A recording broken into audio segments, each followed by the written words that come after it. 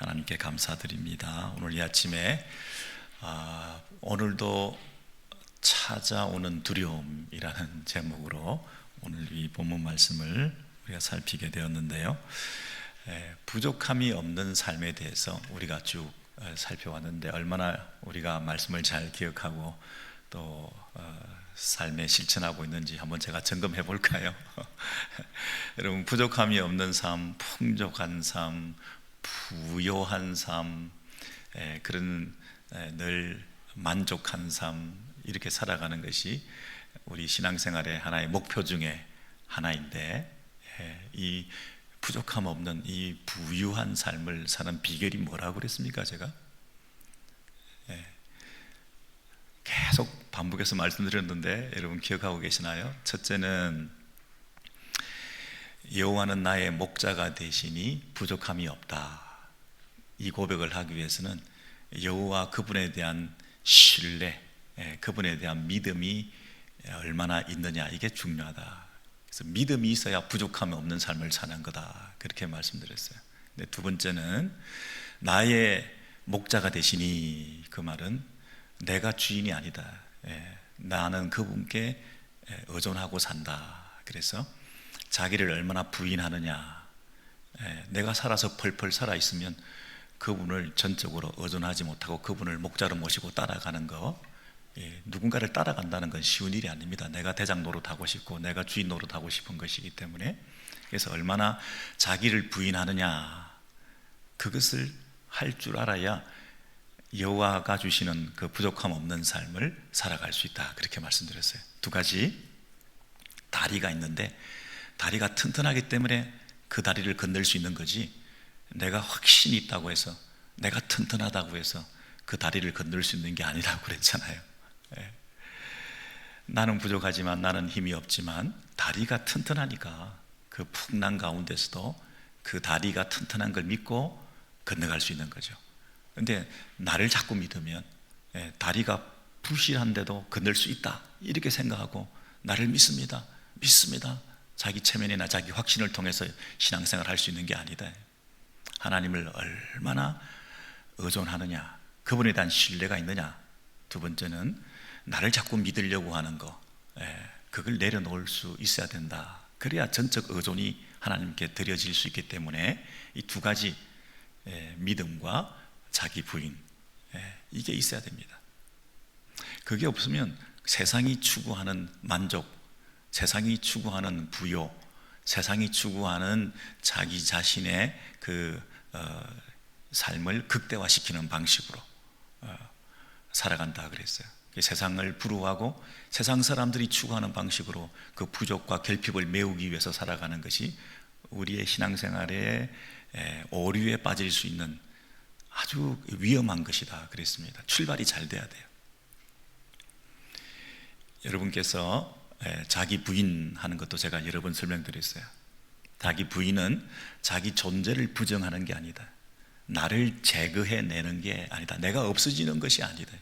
나는 있는데 내가 가지고 있는 그 방향성이 어디를 향하느냐, 그분께 내 삶을 온전히 맡겨드리는 그 의존의 방향성이 있느냐, 아니면 자기 쪽으로 자꾸 향하려고 하는, 자기를 신뢰하려고 하는 그 방향성을 고치는 게 중요하지, 내 자체가 없어지는 무아지경에 빠지는 게 자기 부인이 아니다 그랬죠.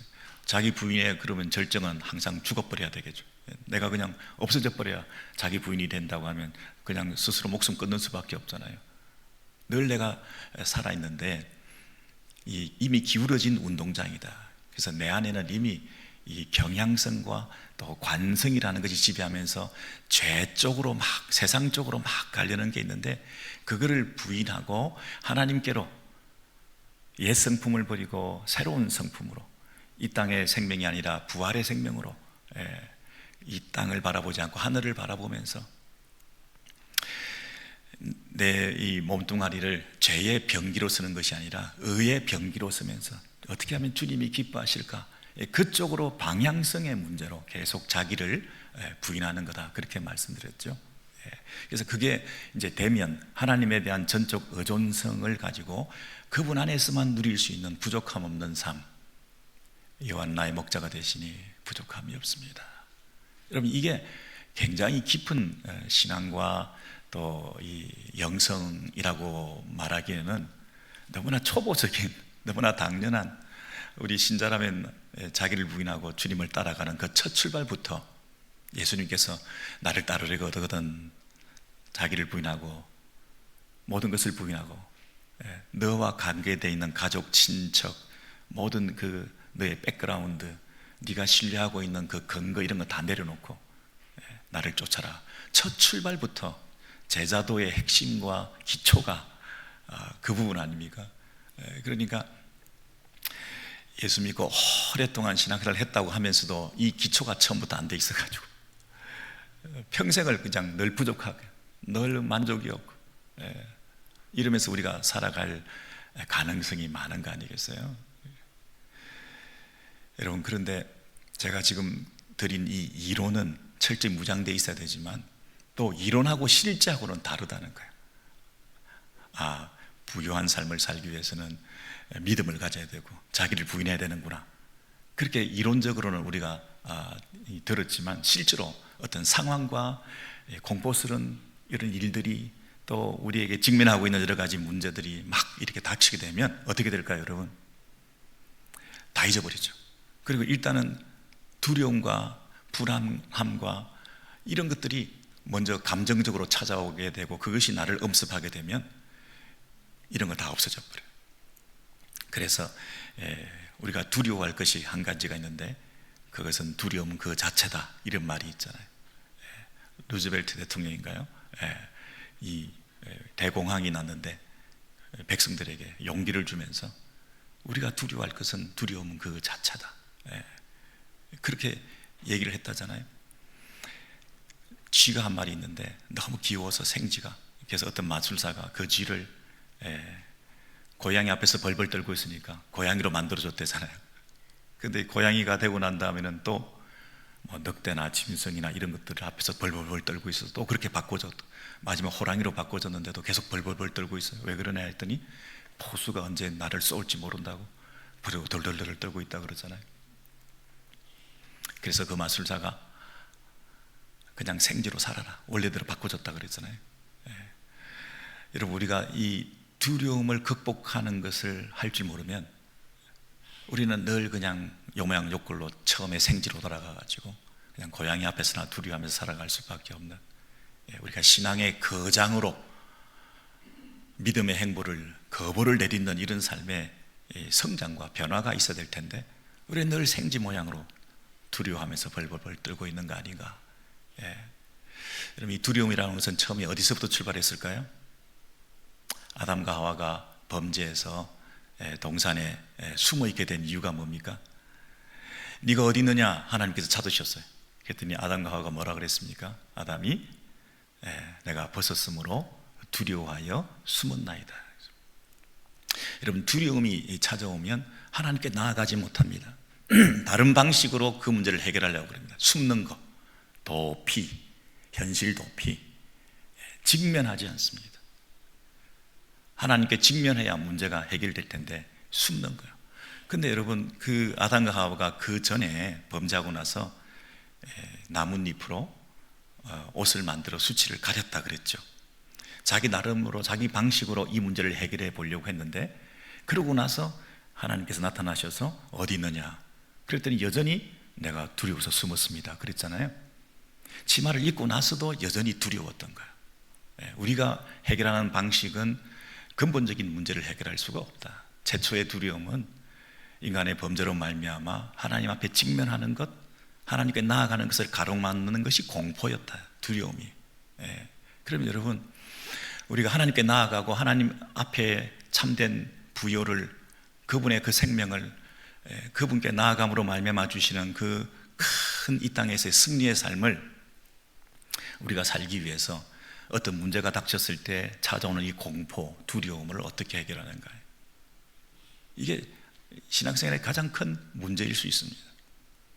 다시 말씀드리지만 우리가 신앙생활을 잘 할 수 있다, 자기 부인해야지, 믿음으로 살아야지, 아멘 했지만 물결이 엄습해오고 이런저런 말 듣고 사람들로부터 모욕을 당하고 자존심 상하고 재정적인 어려움이 있고 애들이 말썽을 피우고 내 건강에 어려움이 있고 그러면 어떻게 됩니까, 여러분?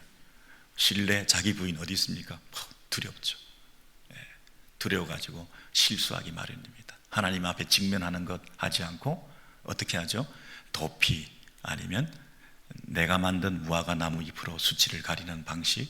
그러나 여전히 두려운 것은 계속되고 근본적인 문제가 해결이 안 된 상태로 그냥 생지로 계속 평생 살아갈 수밖에 없는 거죠. 그런데 여러분, 오늘 이 읽었던 그 본문 속에 굉장히 위대한 분이 신앙에 우리의 본받을 만한 그런 분이 한 분 나타나가지고 그분을 소개해 드리려고 하는데 그 이름은 여호사밧이다. 여호사밧은 어떻게 이 문제를 해결했나? 여호사밧은 이 구약에 나오는 이 왕들 중에 세계 3대 선왕이라고 할 만큼 우리한테 탁월한 그 모범이 되는 것이 있기 때문에 우리가 배울 만하다 싶습니다. 20장 1절부터 보시면 그 후에 모압 자손과 암몬 자손들이 20장 1절에서 2절 보시면 그들을 치려고 막 큰 무리가 바다 저쪽 아람에서 왕을 치러 왔습니다. 그랬을 때 3절에 어떤 일이 생깁니까? 큰 무리가 닥쳤을 때 이 신앙의 거장에게도 두려움이 찾아왔습니다. 이 감정이라고 하는 거 마음대로 컨트롤이 안 됩니다. 내가 생기려고 해서 생기는 게 아니고 그냥 어느 날 어떤 순간에도 이것이 그냥 나를 지배하고 사로잡아 버리는 거죠. 갑자기 몰려드니까 이 두려움 때문에 호흡도 곤란하고 소화도 안 되고 가슴도 벌렁거리고 판단력도 상실하게 되고 그렇게 되는 것이 두려움, 공포, 이 감정이 내 마음대로 컨트롤이 안 되는 이런 것들이 몰려왔을 때 이게 우리가 하나님께 나아갈 수 없게 만듭니다. 도망가거나 다른 방법을 찾거나. 그런데 이 여호사밧은 두려워하여 다음에 어떻게 되어 있습니까? 여호와께로 낯을 향하여. 이게 바로 연결이 된다는 게 쉬운 일이 아닙니다. 여러분, 두려운데 하나님께 향하여 이거 됩니까? 두려운데 그냥 어디 숨어버리거나 그냥 현실을 도피하려고 이걸 인정하고 싶지 않고 그냥 회피하고 그냥 모른 척하고 그냥 아닌 척하고 없는 것처럼 하고 그리고 살고 싶은 게 우리의 습성인데 두려워하여 여호와께로 낯을 향하여. 이거 쉬운 일 아닙니다. 그분을 향해서 기도하고 나아가서 간구하는데 이제 온 백성들을 향해서 금식하라 공포하매 그랬습니다.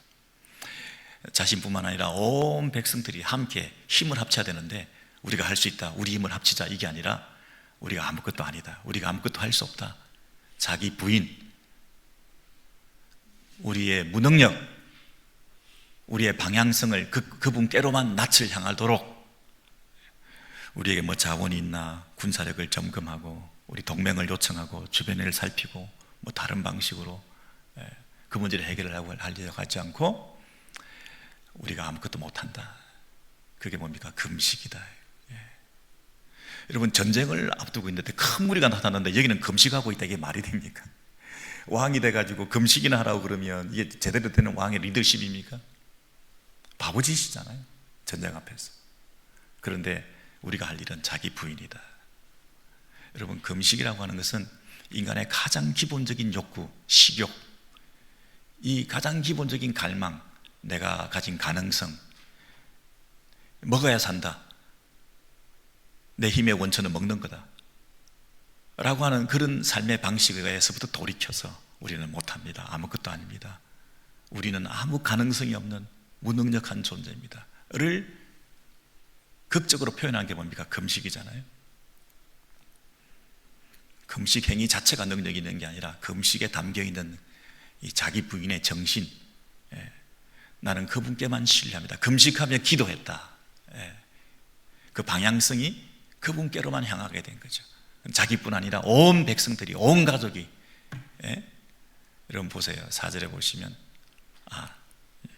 그래서 그 금식을 공포하고 난 다음에 그 결과가 어떻게 됐을까요? 금방 우리가 12절부터 보게 됐는데 12절을 한번 가보시겠습니다. 우리 하나님이여 그들을 징벌하지 아니하시나이까. 우리를 치러오는 이 큰 무리를 우리가 대적할 능력이 없고 어떻게 할 줄도 알지 못하옵고 오직 주만 바라보나이다. 이게 금식 선포의 결과라는 거죠. 금식을 딱 선포하고 나서 그 속에 담겨있는 정신이 뭐냐면 오직 주만 바라보나이다. 이 방향성이 그분께로만 향하게 되었습니다. 그런데 우리가 뭐가 부정되느냐면 나는 아무런 능력이 없습니다. 두 번째는 어떻게 할 줄 알지도 못합니다. 방법도 없습니다. 다시요. 방법도 없습니다. 능력도 없습니다. 그래서 우리가 할 수 있는 것은 당신만 바라봅니다. 여러분 이거 굉장한 인사이트를 우리에게 주지 않습니까? 큰 무리가 왔습니다. 여러분 굉장히 어려운 시험이 닥쳤습니다. 그게 뭐 전쟁이 뭐 났다 여러분 주변에 뭐 그런 일이 현실적으로는 없지만 여러분 한마디 말에도 무너지는 게 저와 여러분 아닙니까? 어떤 조그만 어려움 속에서도 우리가 두려움이 막 갑자기 찾아오는 게 사실입니다. 가슴이 벌렁거리고 잠도 안 오고 하는 그런 일들이 닥쳤을 때, 걱정 근심이 몰려왔을 때 여러분이 할 수 있는 게 뭐라고요? 나는 아무 능력이 없습니다. 그리고 방법도 없습니다. 나는 주님만 바라봅니다. 그게 뭡니까? 전적 신뢰, 믿음과 자기 부인, 이 두 가지가 동시에 작동이 된 거죠. 이런 모습으로 나타나게 된 모습이 13절에 같이 한번 읽으실까요? 저와 여러분의 가정의 모습이 이렇게 되었으면 좋겠습니다. 시작. 유다 모든 사람들이 그들의 아내와 자녀와 어린이와 더불어 여호와 앞에 섰더라. 아멘. 아멘. 여러분 우리 가정의 배우자들이 마음이 하나 되기가 참 어렵습니다. 배우자와 함께 신앙생활을 항상 이렇게 한다는 것 쉬운 일이 아닙니다. 그리고 자녀들과 함께, 그리고 밑에 어린 아기들까지, 남녀노소 불문하고 어린 것들까지 다 하나님을 바라보는 훈련. 그래서 온 가정이, 온 식구들이, 그리고 온 백성들이 함께 자기 무능력의 상태를 고백하고 금식하면서 하나님만 바라봅니다. 이런 전적 신뢰, 그분에 대한 의존, 이렇게 돼야 이제 뭔가 변화가 생길 가능성이 있는데, 이렇게 했더니 이제 15절부터 어떤 일이 생기느냐면, 여러분 15절, 야시엘이 하나님의 선지자가 이렇게 기도했더니 하나님께서 이 야시엘이라고 하는 선지자를 보내셔서 이렇게 대신 응답하시고 말씀하시는 거예요. 온 유다와 예루살렘 주민과 여호사밧 왕이여 들을지어다. 하나님의 말씀이다. 여호와께서 이같이 너희에게 말씀하시기를, 아멘, 하나님의 말씀입니다. 아멘, 하나님께 감사드립니다 하고 이 말씀을 받았는데, 그 말씀이 뭐냐면 너희는 이 큰 무리로 말미암아 뭐 하지 마라? 두려워하지 마라. 놀라지 마라. 여러분 놀랍지 않습니까? 하나님께서 우리의 문제를 처리하는 방식이 처음에 감정의 문제를 건드리시는 거예요. 기도 응답의 1번지는 우리의 감정적인 부분이라는 거예요. 이게 우리 하나님이다. 지정의를 우리에게 주셔서 전인격적으로 우리에게 기대하고 계시는 하나님께서는 우리의 그 약함을 아시는데, 제일 처음 우리의 그 윅 포인트가 감정에 있다는 걸 알고 계시고, 먼저 그것부터 다독이시면서 두려워하지 마라. 교리나 이론이나 지식을, 당연한 말씀을 받아들여야 될 것에 대해서, 받지 않은 것에 대해서 책망하지 아니하시고, 먼저 두려워하고 있는 그 상태를 주께서 그대로 감싸주시면서 두려워하지 마라, 놀라지 마라. 왜냐하면 이 전쟁은 너희에게 속한 것이 아니요 하나님께 속한 것이니라, 이렇게 말씀하시고, 16절에 내일 너희는 그들에게로 내려가라. 그들이 시스 고개로 올라올 때에 너희가 골짜기 어기 여루엘들 앞에서 그들을 만나려니와. 이게 뭡니까? 방법입니다. 우리는 방법이 없습니다. 우리 어떻게 해야 될지 모르겠습니다 했을 때 하나님께서는 방법이 있다. 하나님의 방법을 제시하시죠. 아까 금방 15절에서는 능력은 나에게 있다. 전쟁은 어디에 속했다고요? 나에게 속한 거다. 네가 힘이 없다, 네가 무능력하다, 그렇게 해서 포기하지 마라. 하나님을 신뢰해라. 내 능력으로 싸우는 것이다. 이 전쟁은 하나님의 전쟁이다. 하나님께 토스해라. 네가 지고 있지 말고 하나님께 내어놔라. 그래서 하나님이 이 전쟁을 수행하도록 해라. 그리고 내 방법이 있다. 능력과 방법의 문제를 해결해 주시고, 여러분 17절에 이 전쟁에는 너희가 싸울 것이 없나니 대를 이루고 서서 너희와 함께 한 여호와가 구원하는 것을 보라. 유다와 예루살렘아, 너희는 뭐하지 마라? 두려워하지 마라. 하나님의 말씀의 처음과 끝이 두려워하지 말라로 감싸고 있는 거 있죠. 처음도 결론도 두려워하지 말라. 그 능력과 방법의 문제를 해결해 주시면서 우리 안에 두려움이 사라지기를 원하시는 거예요. 무작정 그냥 두려워하지 마라 하는 게 아니라 하나님의 능력으로, 그리고 하나님의 방법으로 약속의 말씀을 주실 때 내 두려움이 눈 녹듯이 사라질 수가 있다.